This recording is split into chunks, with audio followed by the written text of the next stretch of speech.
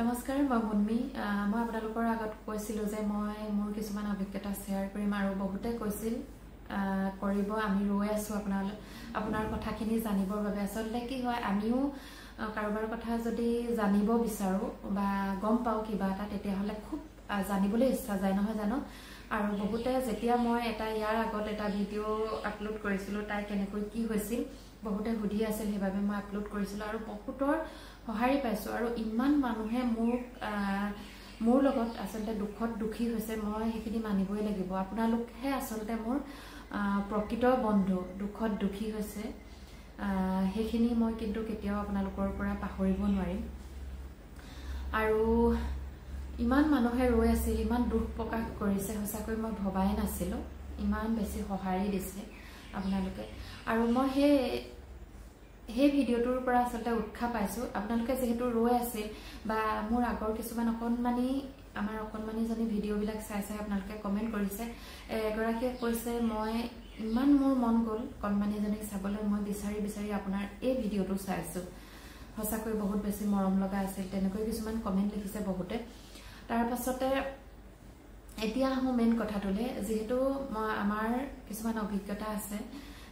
আমি চেন্নাইলৈ যাওঁতে কিছুমান ইনসিডেন্ট মোৰ লগত ঘটিছিল মই কিছুমান কাম কৰিবলগীয়া হৈছিল মাতৃ হিচাপে পইচাৰ বাবে মই নকৰিবলগীয়া কিছুমান কাম কৰিলো বুলিয়ে কৈছো হেখিনি সময়ত যেহেতু আমি ইয়াৰ পৰা যাওঁতে কনমানি জনীক লৈ যাওঁতে আমাৰ ওচৰত আছিল 2.5 লাখ টকা আৰু তাতে ডক্টৰে মোটা এটা এমাউন্টৰ কথা কৈছিল যে কমেও 20 লাখ আমাৰ প্ৰয়োজন হ'ব তাৰ পাছতে আমি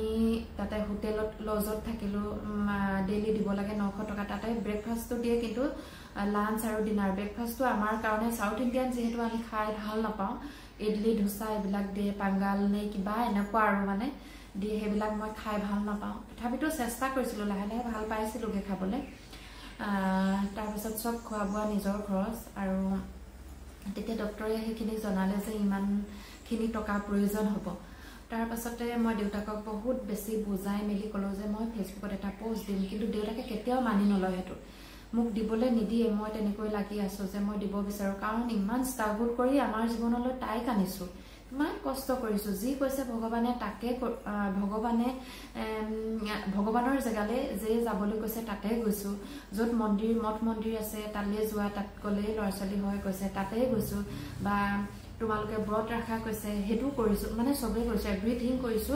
যিখিনি নাখাব লাগে মানে নাখাবলৈ গৈছে হেখিনি নখুৱাকৈ আছো বহুত বেছি স্যাক্ৰিফাইস কৰিছো আৰু তাইক আমি কেনেকৈ আমাৰ হাতৰ মুঠিৰ পৰা এৰি দিম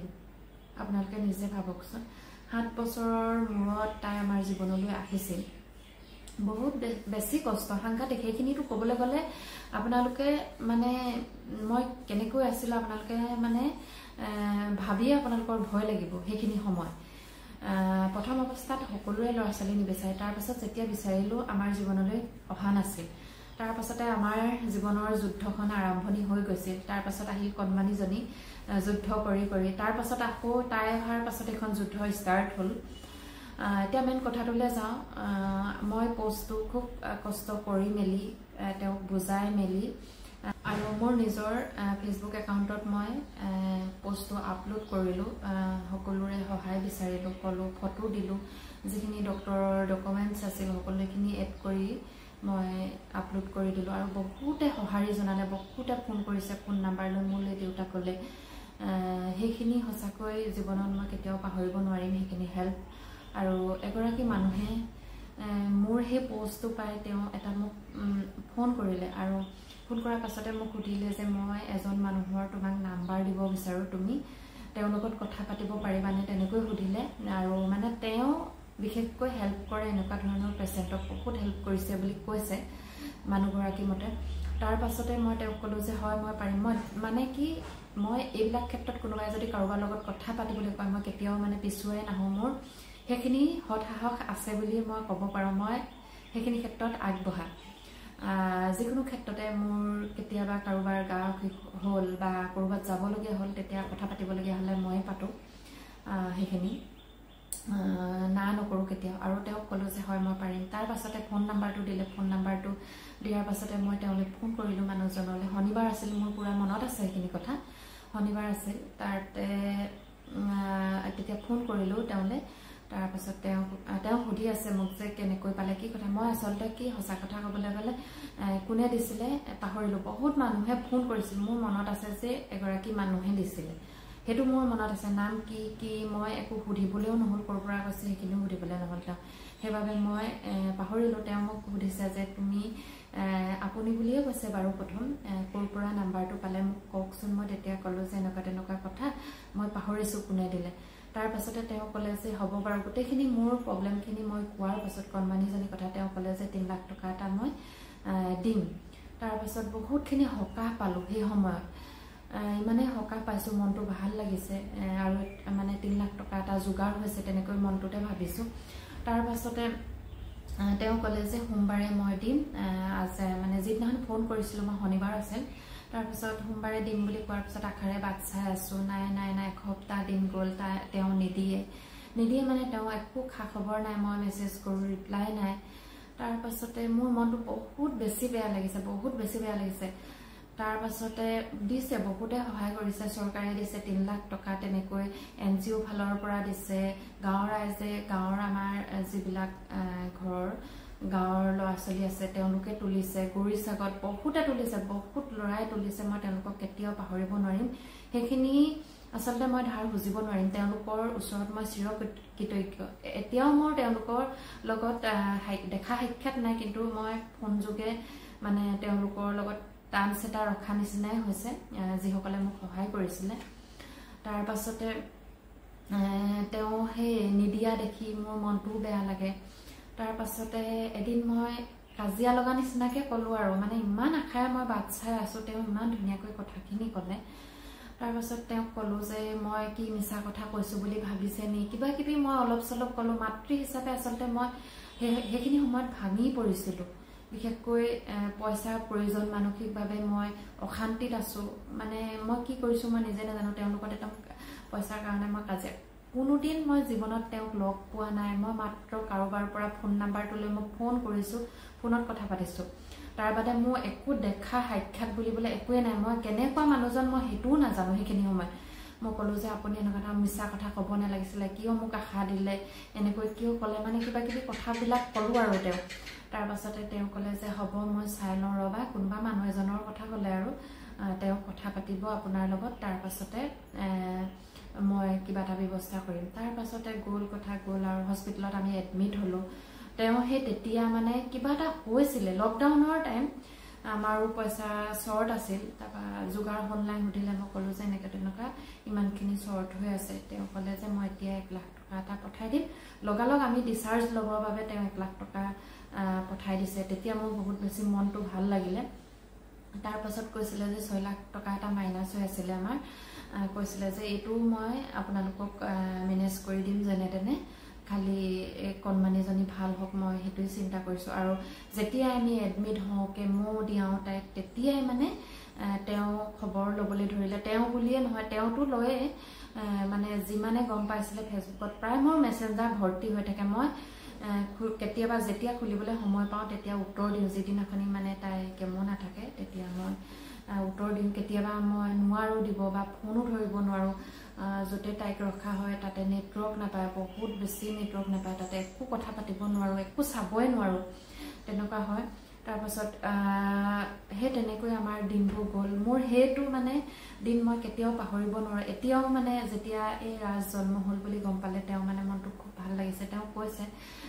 খবৰটো শুনি ভাল লাগিল তেনেকৈ কৈছে তেওঁ এজন দেউতাক তেওঁ এটি কণমানি আছে তেওঁ এদিন কৈছে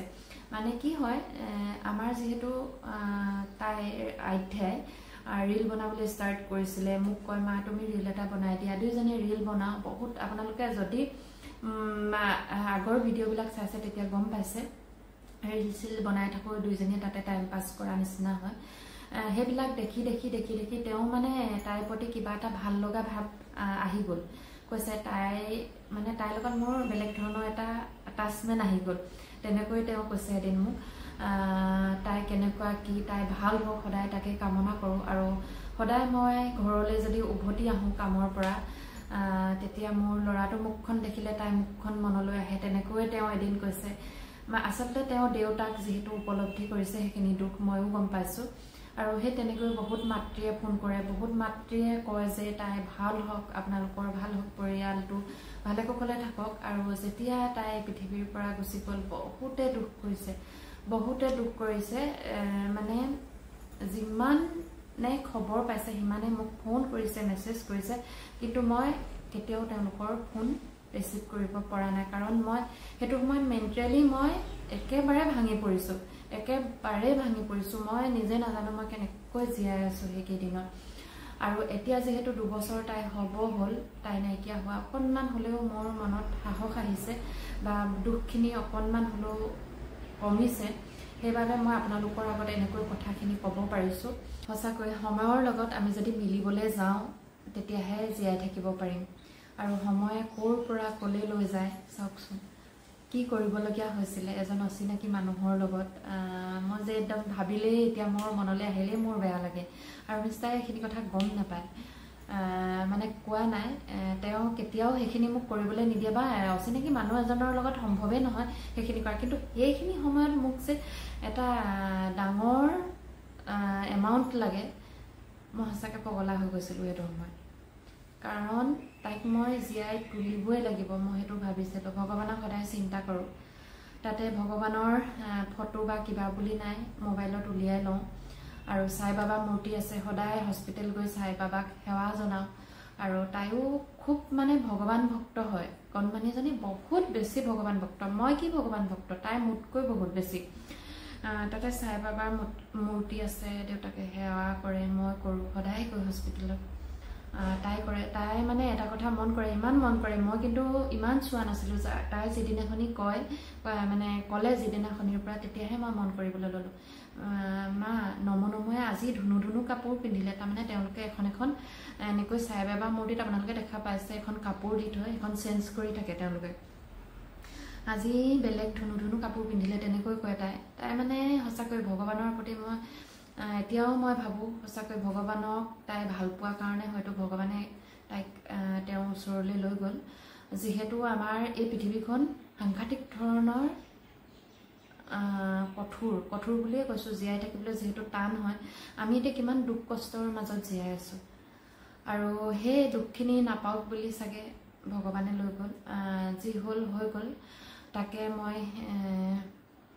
বৰ বেছি হেৰি কৰি নাথাকোঁ, আজিকালি দুখ কৰি নাথাকোঁ। তাই আমাতকৈও যিহেতু ভাল পাইছিলে, ভাল পোৱা জেগালৈ গৈছে, আৰু সদায় ভালে থাকক তাকে কামনা কৰোঁ। যিহেতু সন্তান হয়, কেতিয়াওতো পাহৰিব নোৱাৰোঁ। কিবা এটা খাবলৈ ল'লেও মনত পৰে বা কিবা এটা পিন্ধিবলৈ ল'লেও মনত পৰে। সদায় নতুন ড্ৰেছ পিন্ধা বুলি ক'লত কথাটো মনলৈ আহিছে। নতুন কাপোৰ পিন্ধিবলৈ ল'লে বা পিন্ধা দেখিলে তাইক আমি কেতিয়াও নকওঁ সেইটো কথা। তাই দেউতাকক ক'ব, পাপা আজি নতুন চাৰ্ট পিন্ধিছা, মা তুমি আজি ধুন কাপোৰ পিন্ধিছা। যদিহে নতুন বুলিয়ে নহয়, কেইবাদিনৰ মূৰতো যদি তাই পিন্ধা দেখে, তেতিয়া মানে কয় সেইখিনি কথা। মানে তাইৰ শক্তিটো বহুত বেলেগ ধৰণৰ এটা শক্তি আছিলে তাইৰ লগত দেই। আৰু মই মানুহে তাইৰ লগত কষ্ট পোৱা নাই, কষ্ট পোৱা নাই। মানসিকভাৱে সাংঘাতিক পালোঁ, কিন্তু শাৰীৰিকভাৱে তাই কেতিয়াও মোক কষ্ট দিয়া নাই। কাৰণ তাই সৰুৰ পৰা ডাঙৰ কৰিলোঁ। তাই এইটো বস্তু পেলাইছে বা এইটো ভাঙিছে, মই কেতিয়াও মানে সেইখিনি মোৰ মনত নাই। যি কওঁ তাকে, জান ইয়াত তুমি বহি থাকা, তাতে বহি থাকিব, মা তাতে বহি থাকিব, তেনেকুৱা ধৰণৰ। মানে সেইখিনি আচলতে তাই ভাল পোৱা দি থৈ গ'ল। সেইবাবে ভাল লাগে, ভাল পোৱা তাই ভাল লগাবোৰ ভাবিয়ে আচলতে আমি জীয়াই থাকিব লাগিব। যিবিলাক অতীতৰ মধুৰ স্মৃতি বুলিয়ে কৈছোঁ, সেইবিলাক লৈ জীয়াই থাকিব লাগিব।